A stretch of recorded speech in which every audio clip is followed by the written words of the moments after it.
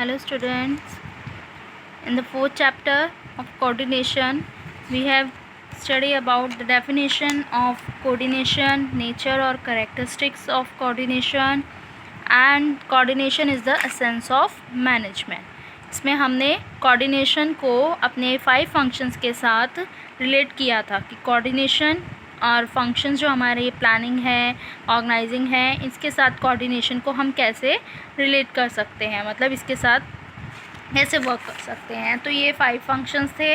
अब हमारा next topic है coordination is needed at all the levels of management, कि कोऑर्डिनेशन जो है सारे लेवल्स जो हैं मैनेजमेंट के उन पे ज़रूरी होता है मतलब।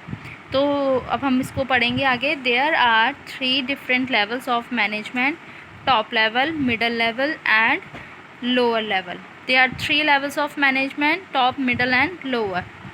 If the various level of management are evaluated from the point of view of coordination, it can be seen that it is not concerned with a particular management level.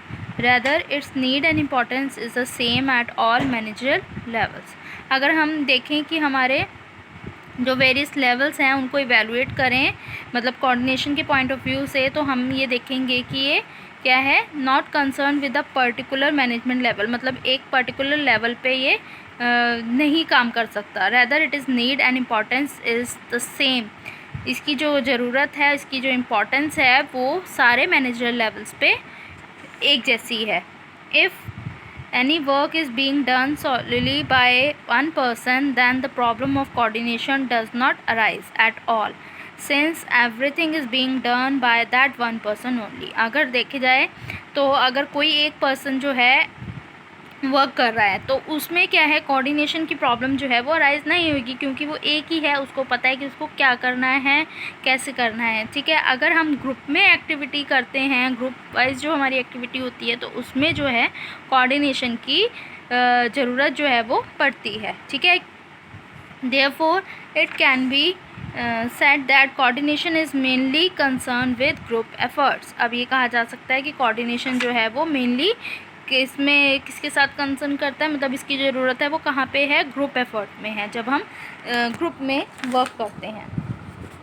The work at every level of management is perform by a group of people and hence coordination is required in order to complete the work successfully.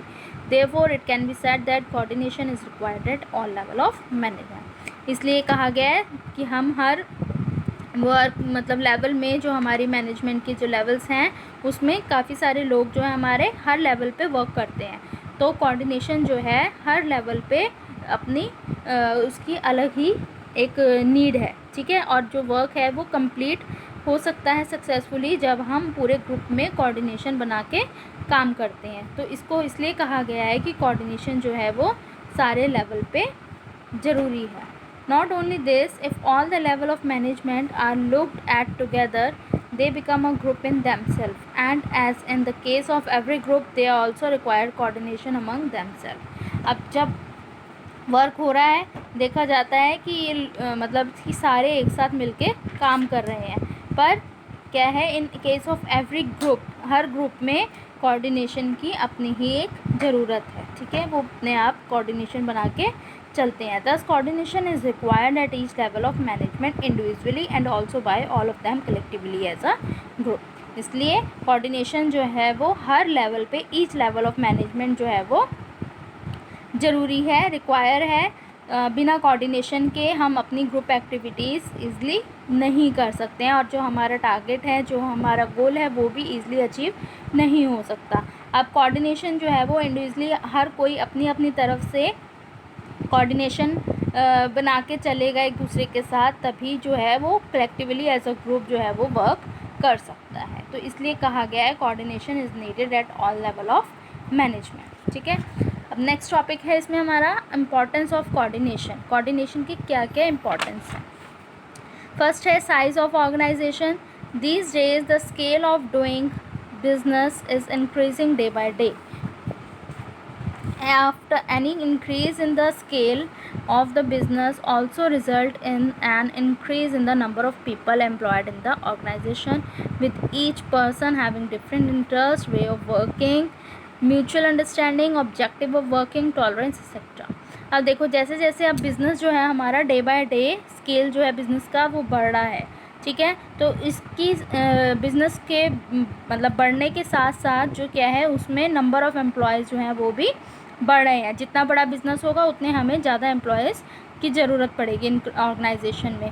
और हर किसी का अपना अपना interest होता है, हर किसी का अपना काम करने का तरीका होता है, म्यूचुअल अंडरस्टैंडिंग होती है, ऑब्जेक्टिव होता है वर्किंग, टॉलरेंस पावर होती है। हर किसी मतलब हर कोई व्यक्ति जो है अपने अपने तरीके से काम करता है। However, all these people have to work together as a group despite these differences, which is not a very easy task. अब हर किसी का देखो अलग अलग नेचर होता है, पर एक ग्रुप में एक साथ काम करना बहुत आसान बात नहीं है, क्योंकि हर कोई अपनी बात आगे रखना चाहता है कि हमारी बात जो है वो पहले मानी जाए।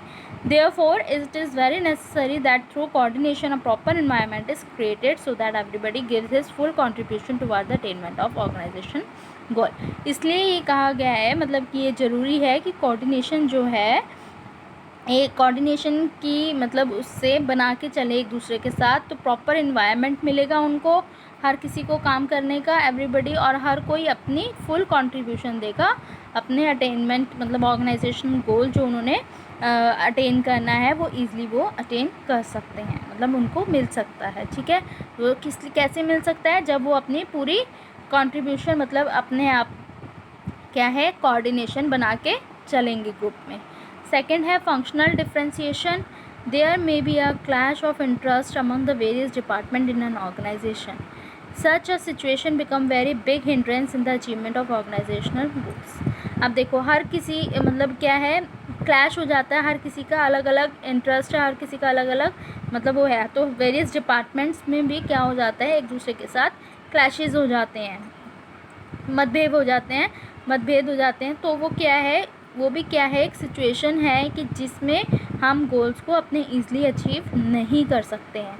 There is only one way to avoid clashes, that is by establishing a proper coordination between the department. और इसलिए क्या है ये एक ही तरीका है इन क्लैशेस को मिटाने के लिए, हटाने के लिए, कि प्रॉपर कोऑर्डिनेशन जो है हर डिपार्टमेंट में बनाना ज़रूरी है। तभी हम क्या कर सकते हैं अपने ऑर्गेनाइजेशनल गोल को अचीव कर सकते हैं, ठीक है। अगर हर कोई डिपार्टमेंट अपनी अपनी बात कहेगा, अपने अपने आप मतलब इंटरेस्ट के साथ चलेगा, अपना अपना काम करेगा, तो क्या है वो जो गोल है हमारा वो अचीव नहीं हो सकता। तो इसलिए फंक्शनल क्या है डिपार्टमेंट्स में भी क्या होना चाहिए कोऑर्डिनेशन बना रहना चाहिए। Now third point is specialization. In every organization, in order to avail the benefit of specialization, one main activity is divided into various sub-activities, and each of these are allotted to different persons who are expert in their particular sub-activity. हर organisation में क्या है एक specialisation है, हर organisation की हर किसी को अपना अपना वर्क करना आता है। तो क्या है मेन एक्टिविटी जो होती है उसको क्या करा जाता है सब एक्टिविटीज़ में डिवाइड कर दिया जाता है, मतलब एक दूसरे मतलब और आगे वो बांट दिए जाते हैं, छोटे छोटे कर दिए जाते हैं काम जो होते हैं। And these are allotted to different person, और वो जो एक्टिविटीज़ हैं जो वर्क है वो डिफरेंट पर्सनस को अलॉट कर दिया जाता है, दे दिया जाता है। And who are expert in the particular sub activity, जो काम में मतलब अच्छा होता है उसको वो एक्टिविटी दे दी जाती है। Every person want to do his work in his own way without having any regard for the total work to be perform. और हर किसी को अपना अपना क्या है काम करना मतलब अपने तरीके से करता है वो, ठीक है, जब तक वो पूरा काम परफॉर्म नहीं कर ले। In such a situation in order to complete the activities being perform by various people successfully, it is very necessary to establish coordination among them. और ये एक्टिविटीज़ को कंप्लीट करने के लिए क्या है उनके बीच में कोऑर्डिनेशन होना ज़रूरी है।